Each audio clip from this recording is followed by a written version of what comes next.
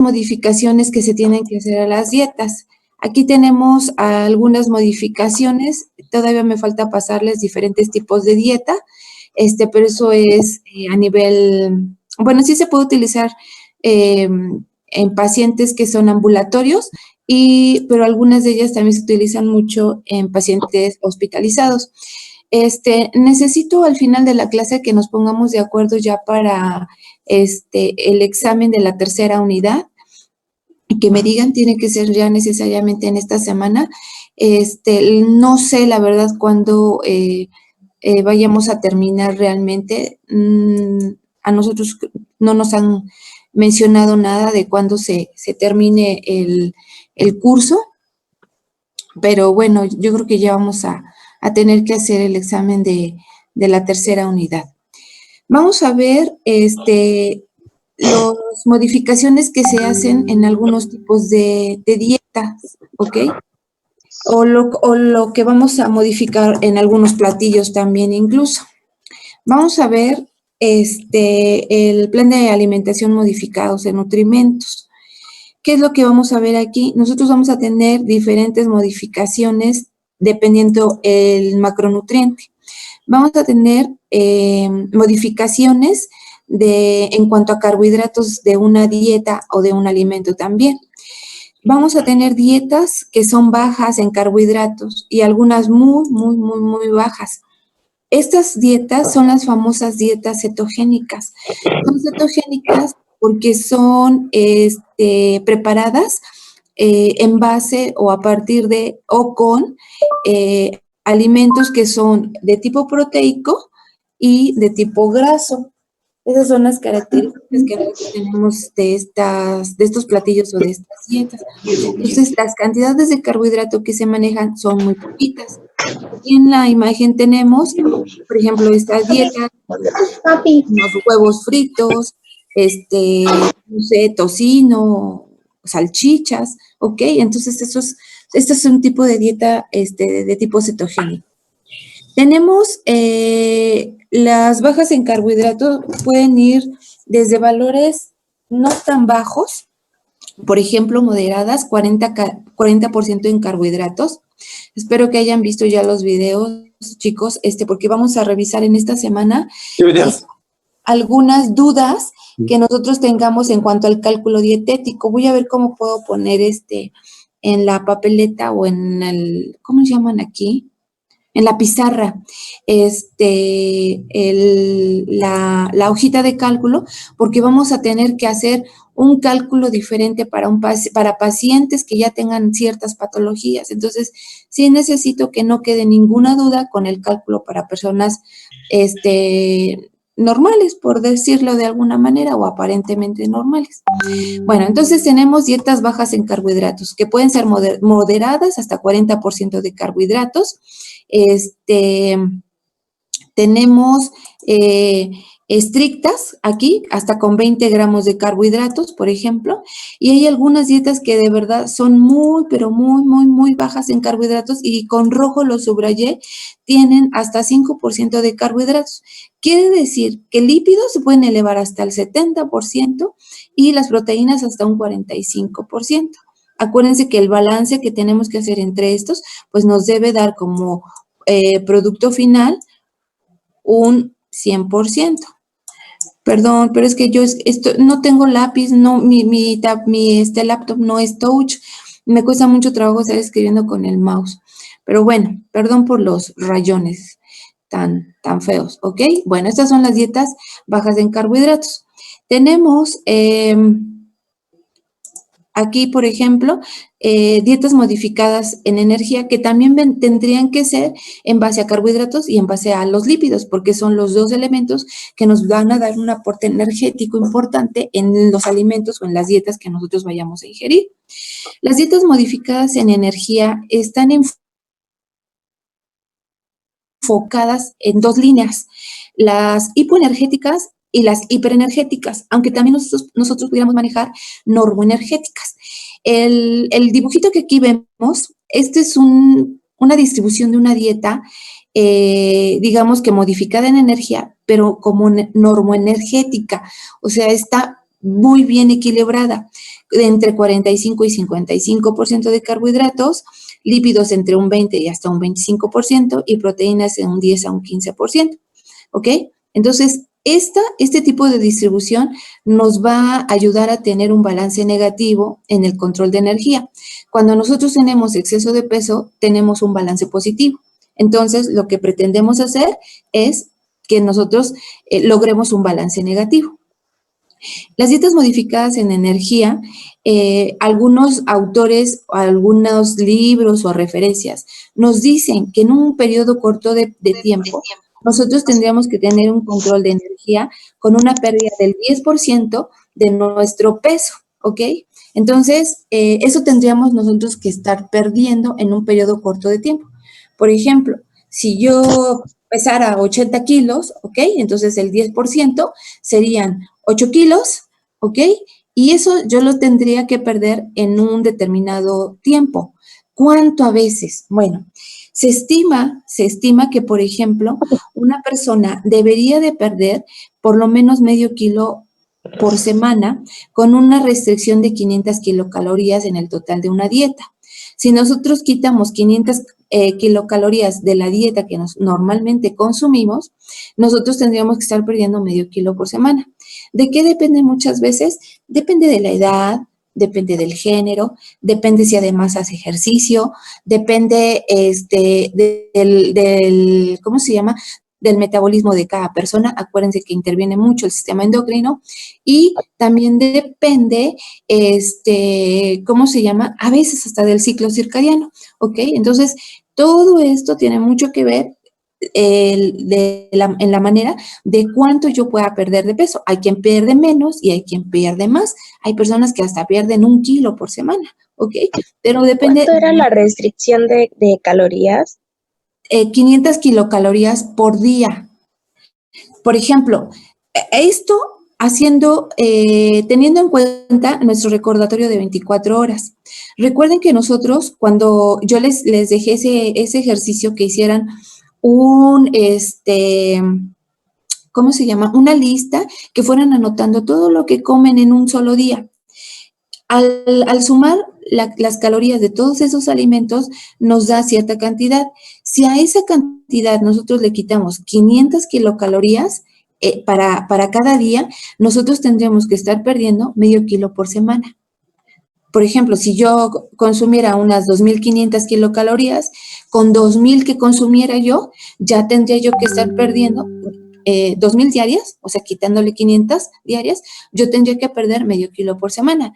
Que les digo, en algunas personas puede ser más y en algunas personas pueden ser menos. Entonces, depende también de otros factores. No es exclusiva la dieta, ¿ok?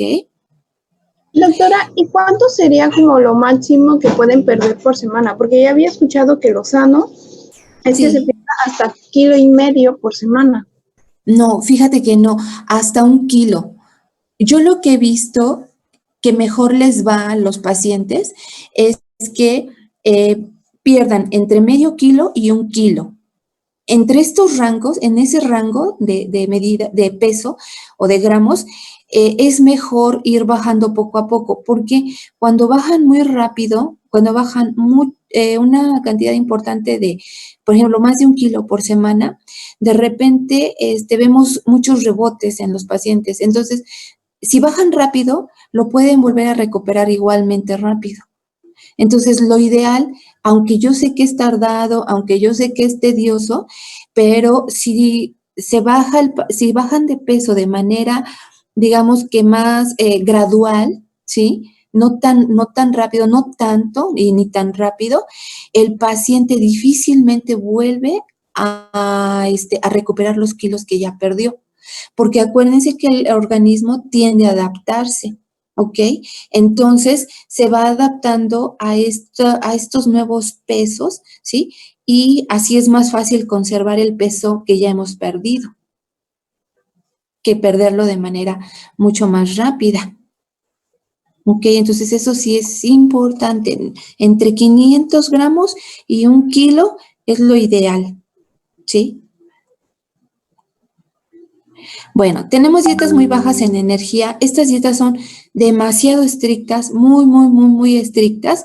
Realmente, muchas de ellas ponen en riesgo la salud de los pacientes. Algunas son la moda, otras son, o como viene en el dibujo, como suplementos, alimenticios. Recuerden que ya hay como muchas de estas tienditas donde hacen que jugos, que no sé qué, o licuados. Y realmente, es complicado, la procedencia no está regulada, pueden contener sustancias que no benefician a la salud. Entonces, sí hay que tener mucho cuidado con ese tipo de dietas, ¿no? De repente, les digo, esta de la luna, me parece que nada más toman líquidos, algunos jugos, por ciertos días, ¿no? Entonces, realmente la restricción calórica es bien severa. Entonces, hay que tener mucho cuidado con este tipo de dietas, ¿va? Las dietas hipoenergéticas equilibradas es más o menos lo que deberíamos de estar manejando la mayoría de nosotros, si acaso no tuviéramos a lo mejor sobrepeso, ¿no? Entonces, o que no fuera tan importante. Entonces, una distribución hipoenergética equilibrada es carbohidratos 50%, proteínas 25% y lípidos 25%, ¿ok? Entonces, esto es como un equilibrio más o menos estandarizado, más o menos. En esta semana que vamos a ver el cálculo, para pacientes con patología, vamos a ver que, ¿cómo les diré? El cálculo para proteínas debe ser mucho más estricto, debería de ser, ¿no? Pero, bueno, esto es como un estándar, más o menos, ¿no? Poblacional. El plan hiperenergético, o sea, dietas altas en energía, pues aquí vamos a elevar lo que son los carbohidratos, vamos a elevar algo las grasas, por ejemplo, pero solamente están dadas bajo ciertas condiciones. En condiciones de normalidad o en personas sanas, el plan hiperenergético casi siempre lo vamos a utilizar para personas deportistas, para deportistas de alto rendimiento. Solamente ellos sí pueden consumir unas dietas de este tipo, ¿ok? Eso en caso de personas sanas. En el caso de pacientes con patologías, este tipo de dietas la vamos a recomendar en aquellos pacientes que tengan precisamente este tipo de déficit energético y que generalmente van a ser pacientes que cursan con cáncer, con VIH, por ejemplo. Son estos pacientes que son pacientes con patologías catabólicas y que nosotros podemos utilizar este tipo de dietas hiperenergéticas. Aquí sí, obviamente, pues no les vamos a dar de comer lo que ven en la imagen, ¿no? Sino alimentos sí energéticos, altos en energía, pero que tengan un aporte nutricional importante, que tengan, por ejemplo, una combinación de cereales adecuados con algunas proteínas, por ejemplo. Se me viene a la mente, no sé, a lo mejor un dulce de arroz, por ejemplo, ¿ok? Un dulce de arroz es un alimento hiperenergético, pero que lleva un lácteo, que lleva un cereal, por ejemplo, ¿ok? Entonces, ese tipo de alimentos que sí tengan un aporte nutricional, pero que además sí nos den energía. Entonces, sí se puede dar para ese tipo de pacientes. Obviamente, hay determinados tipos de cáncer, ¿no? Que también tendríamos que tomar en cuenta. Las dietas modificadas en proteínas, esto es lo que vamos a ver en esta semana, el cálculo, ¿ok? Y les voy a pasar cuando, se los voy a mandar por WhatsApp la tablita para el cálculo de proteínas por kilogramo de peso. Se los voy a mandar para que lo tengan y con eso ya empecemos a trabajar. Aquí nada más vemos un ejemplo de dos patologías, que es la encefalopatía hepática y la insuficiencia renal. Aunque la encefalopatía hepática nos marca que se debe de calcular a 0.8 gramos de proteína por kilogramo de peso, esta puede ser también modificada porque incluso puede llegar hasta 0.5, ¿ok? Gramos por kilogramo de peso. En la insuficiencia renal también Este es como un estándar, pero también podemos llegar hasta 0.5, dependiendo si el paciente tiene diálisis, hemodiálisis o si tiene una asistencia con insulina, porque ya el aporte de insulina nos ayuda a que nosotros tengamos un poquito de más margen para poderle indicar al paciente más carbohidratos. Acuérdense que en el paciente renal, la mayoría de las veces es una complicación por la diabetes mellitus y entonces nosotros tenemos que tener restricción de los carbohidratos. Si están tomando, si les están indicando insulina, entonces nosotros podemos tener un margen un poquito más holgado o más amplio en el uso de los carbohidratos. Entonces también nos ayuda bastante la insulina, pero lo vemos en esta semana. Las dietas hiperproteicas, el lado contrario. Las dietas hiperproteicas bajan los lípidos, bajan los carbohidratos, pero aumentan las proteínas, ¿ok? En este caso, con estas dietas hay que tener mucho cuidado. La sobrecarga renal es muy alta, es importante y puede llegar a tener una falla renal los pacientes que tengan este tipo de dietas. Hay algunos suplementos que manejan ciertos aminoácidos, ciertas proteínas, y que además los pacientes, además de consumirlas, esto lo vemos sobre todo en deportistas, o en aquellos que hacen gimnasio, además de consumir el suplemento o el complemento, llevan una dieta normal. Entonces, o es lo que están tomando o es la dieta. ¿Ok? Porque doctora, ¿qué es lo recomendable, doctora, que es para estar con qué tiempo para estar monitoreando a las personas o al paciente en cuestión de la creatinina? Por lo menos una vez al mes, por lo menos.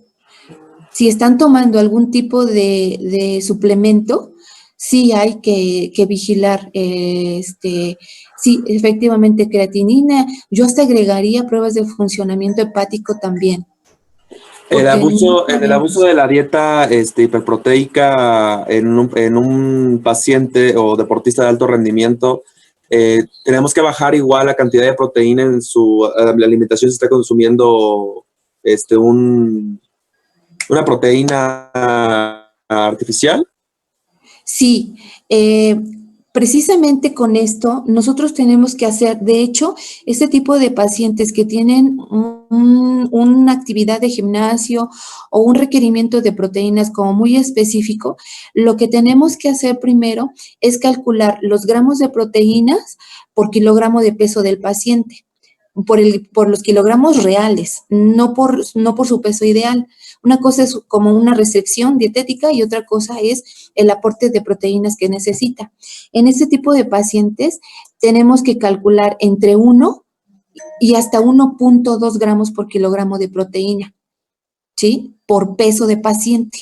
Y después de eso, ya que nosotros tenemos los gramos, entonces vamos a distribuir el total de esos gramos por los suplementos que estamos consumiendo y ya después podemos complementarlo con algún otro alimento.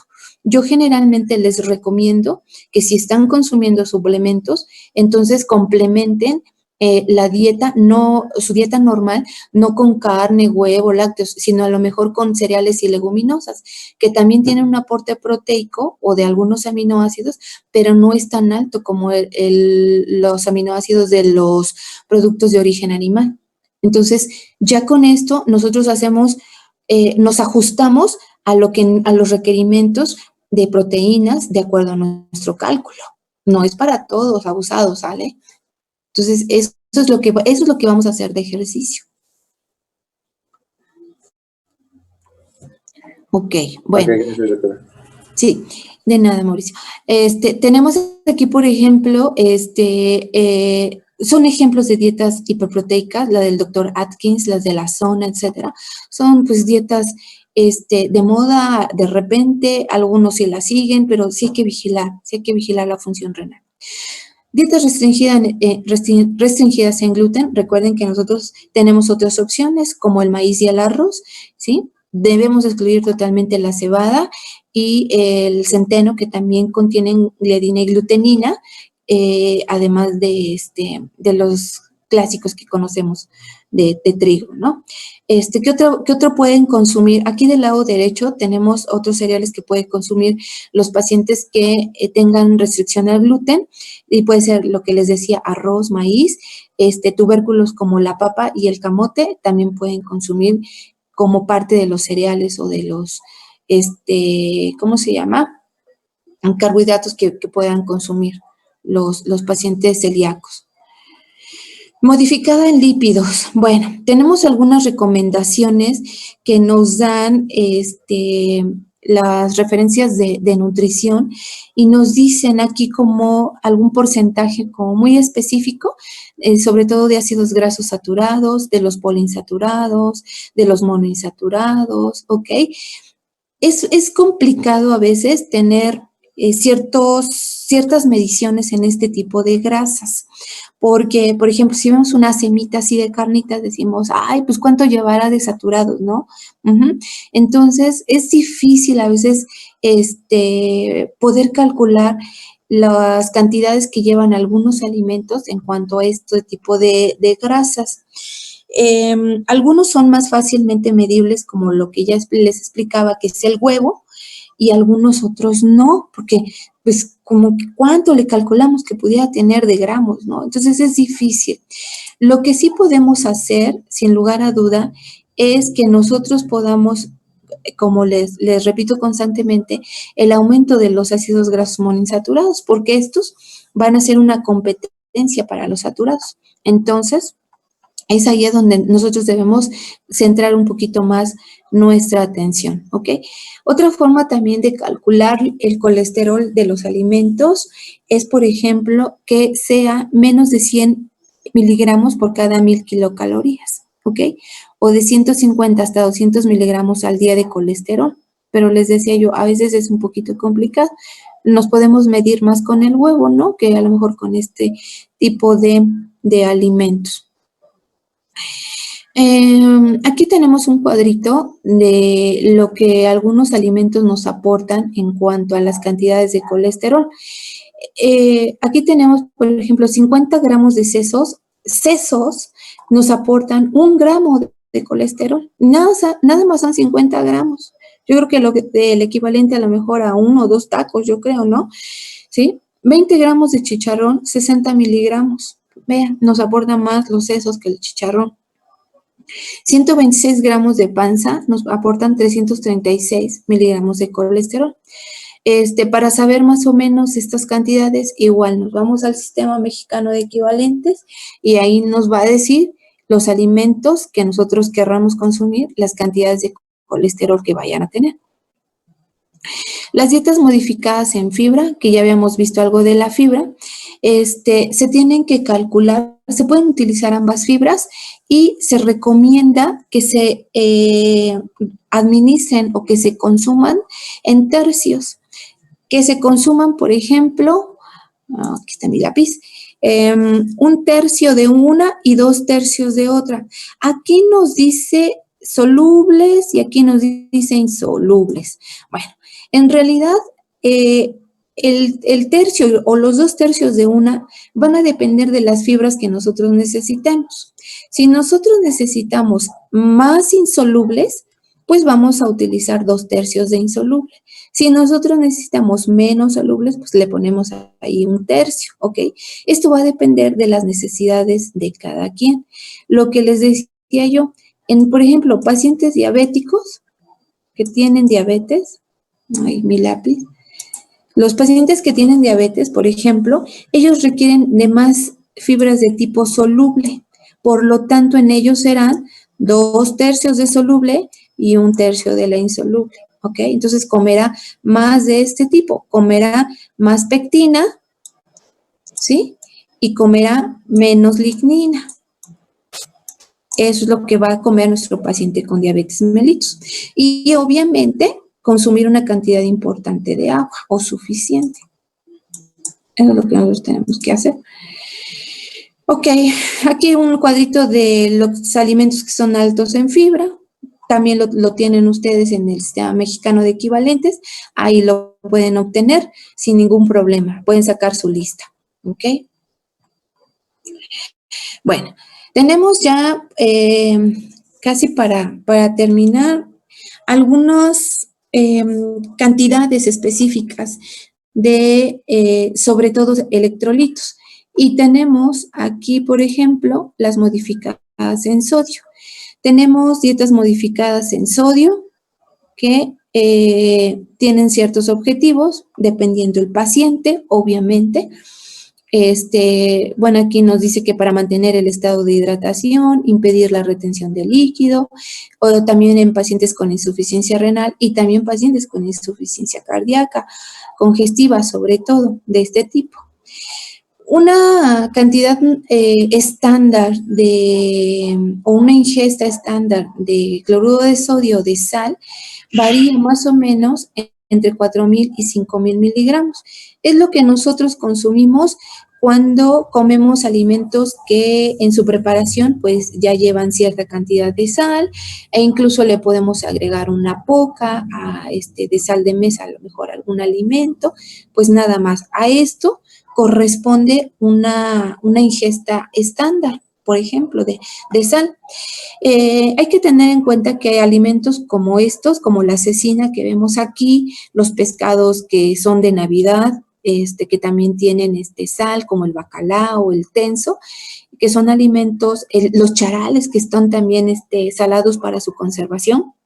Este tipo de alimentos superan estas cantidades, ¿ok? Entonces, hay que tener en cuenta que si vamos a consumir estos, pues hay que quitarles un poco lo que es el salado para que no nos elevemos tanto en el consumo de sal. Una restricción leve, dice, limita alimentos con salado para su preparación.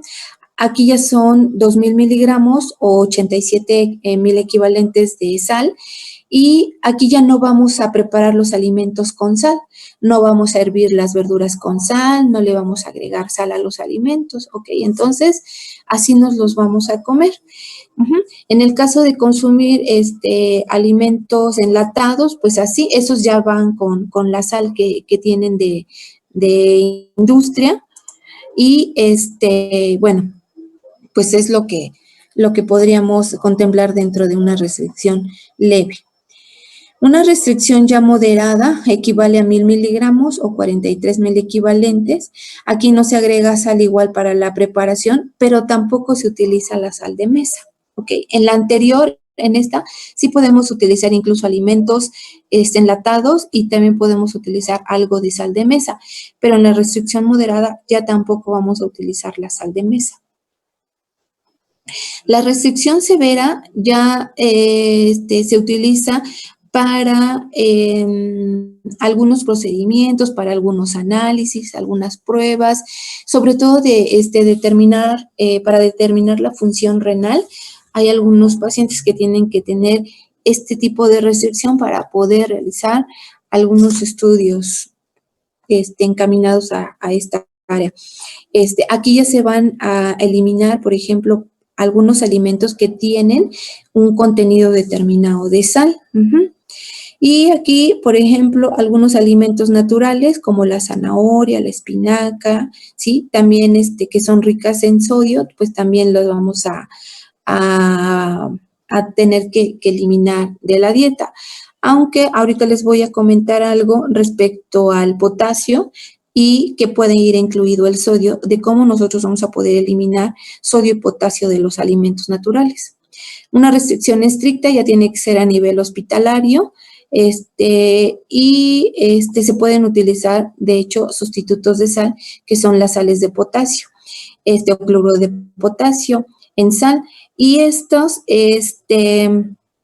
¿cómo se llama? De hecho, no es que sea nada más de potasio, sino que lo que tienen es menos concentración de cloruro de sodio y tienen más potasio, entonces, es más o menos como lo que hacen en las leches, ¿no?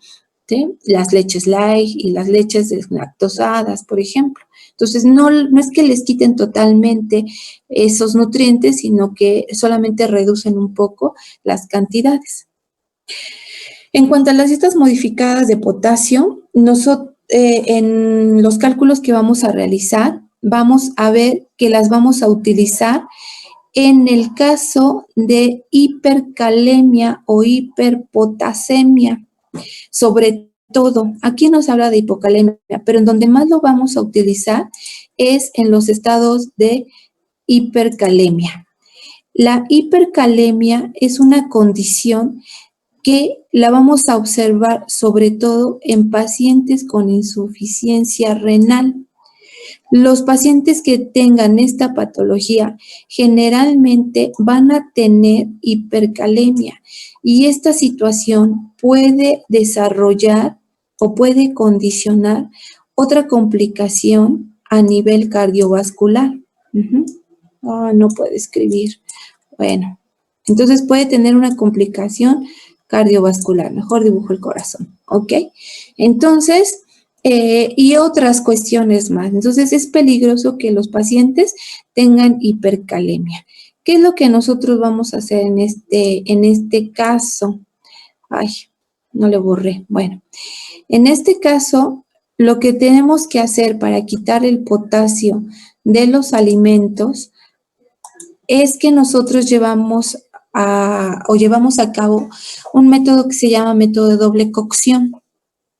Quiere decir que nosotros vamos a hervir aquellos alimentos que sean ricos o altos en potasio y tiramos esa agua, volvemos a colocar agua limpia y volvemos a hervir esos alimentos. Generalmente van a ser verduras y frutas, ¿ok? Lo que vamos a tener que hervir. Con este método de doble cocción, nosotros vamos a eliminar lo que es el potasio y la sal también de algunos alimentos. No le podemos agregar nada más. Son alimentos realmente insípidos, muy, muy feos, en cuanto al sabor, obviamente no tienen nada. Y lo único que podemos agregar para darle un poquito de más sabor a estos alimentos son algunas hierbas aromáticas. Podemos poner un poquito a lo mejor de orégano, de tomillo, ¿ok? A lo mejor un poquito de limón o aceite de comer encima de las verduras para que ya no tengan esa sensación insípida que queda por hervirlas 2 veces. Entonces, esta es la forma en que nosotros vamos a retirar el potasio de los alimentos, de las frutas y verduras sobre todo, ¿ok? Y tenemos las dietas modificadas en consistencia. Yo creo que se los paso el día de mañana, termino, porque creo que ya tengo como menos de 5 minutos. No sé si tengan alguna duda, chicos. ¿Dudas o preguntas? No, doctora. ¿No? ¿Todo bien? Yo ¿Sí? todavía tengo una duda con lo del 10%. Lo que nos había mencionado del peso corregido en Ajá. obesidad, entonces, ¿en cuánto tiempo lo llegas? Porque, bueno, yo tenía notado en mi libreta que el peso corregido tenía que ser en 6 meses, pero si nos vamos al hecho de que tienen que bajar el 10% de su peso primero y ya después se enfocan en el peso corregido. Se pueden utilizar los dos caminos. Puedes optar por cualquiera de los dos. No hay ningún problema. ¿De qué va a depender que tú escojas uno u otro? Del paciente. Si tú ves que es un paciente apegado, que es un paciente obediente, etcétera, tú puedes llevártelo, ¿cómo te diré? Como más relajado, a lo mejor, no tan estricto con él, ¿ok? Porque va a depender mucho de ellos, mucho, mucho. Una. Y otra, de que tú veas, por ejemplo, la velocidad en la que baje de peso. Eso también es importante. Se pueden ir combinando, tú puedes irlo manejando. No son cuestiones tan rígidas que digas, no, por esta línea empecé y por esta línea sigo. No. Puedes ir cambiando. Les digo que con lo que yo siempre me topo y que sí he visto mucho es que el organismo se adapta y llega un punto en que el paciente ya no baja, ya no baja. Entonces, tú puedes optar por cualquiera, la que mejor se acomode a ti o a tu paciente. Ok, doctora. Gracias. Sí, mija. ¿Alguien más?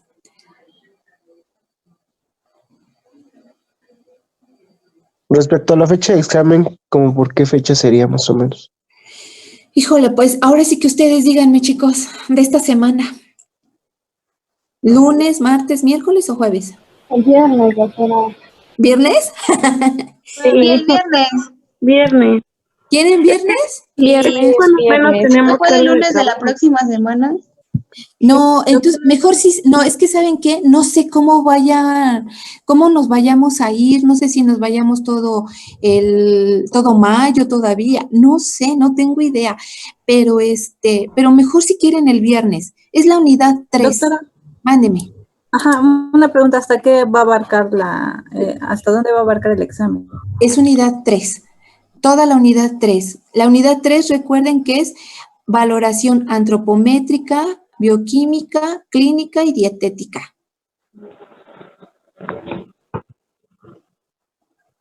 ¿Sí?